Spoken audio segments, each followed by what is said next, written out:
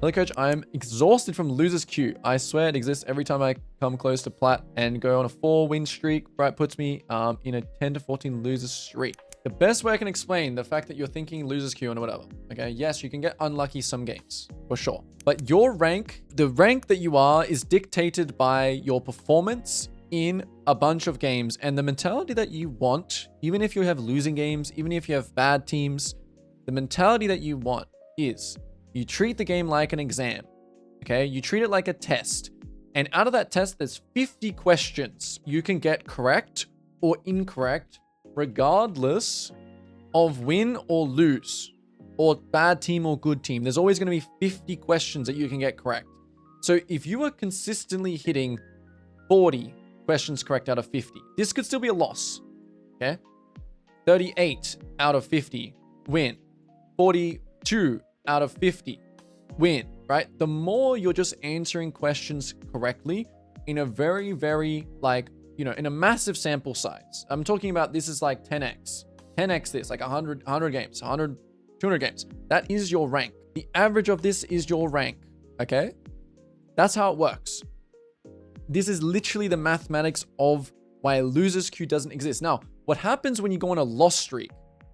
Guys, look right here, okay? What happens when you have unlucky games, and I explained this last time. When you have a game like this, which you threw, or you have a bad team, and then you have a game like this, right? Where my top laner like AFK, he just legit quit the game, or whatever happens. What happens here, when you're about to hit platinum, or whatever rank you're trying to get, what happens right here is that you think, oh, here we go again, game.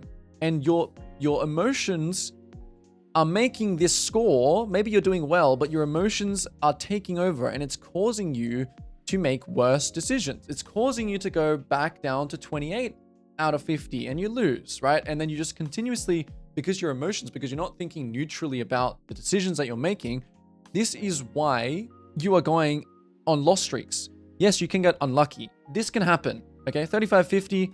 Oh, sorry, I should do like, yeah, 40. Like maybe you're playing really well out of 50 and you're just still losing. This can happen, but it can't happen in 100 games.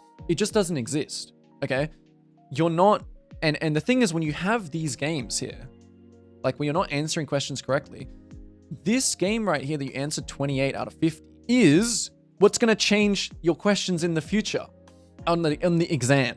Okay, so I can't explain it any other way than this, guys. That's what happens. And when you are platinum going to emerald, you're not gonna be able to answer those questions 50 out of 50 every time. But like a challenger player in emerald or in platinum will be able to get a pretty high score, which is why I have a whatever win rate, right? Up until challenger or master, I'll be answering these questions every single game, really, really high percentage.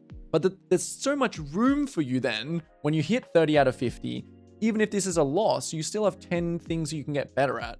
Decisions that you could have made, tempo, trade, better team fight, better mechanics. Like there's so many things you can improve still. And again, that's what dictates your rank. Like this times, like all these games, that's what dictates your rank. Dictate your rank. And what you need to do is you need to not let the bad games, what I like to call 15% losses. For example, let's just say it was this one, even though it wasn't. 15% loss. 15% loss. You need to not allow these 15% losses to affect the 70% games that are actually winnable if you answer questions correctly. You don't need to win every single game, okay? And after that, we actually had a huge like bounce back, right? And you got to remember as well, and I just said this before, when you have a Riven on your team that goes 14-2, you also have to recognize that this was a free win. This was not you playing, I mean, you could have played well, but this was like a free win, okay? This was a free win. So this is the biggest mentality hack that you need, and you need to be curiosity driven rather than pain driven. When you lose this game or lose this game, which I actually lost this game and I reviewed it, right?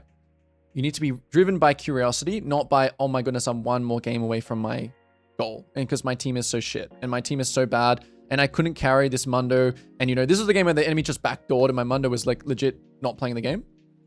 He was just, I mean, yeah, obviously some games, right? But yeah, this is the mentality. This is the mentality hack. This is what every single player gets wrong. Or every single player that blames losers queue, this is what they get wrong. This is what they don't understand.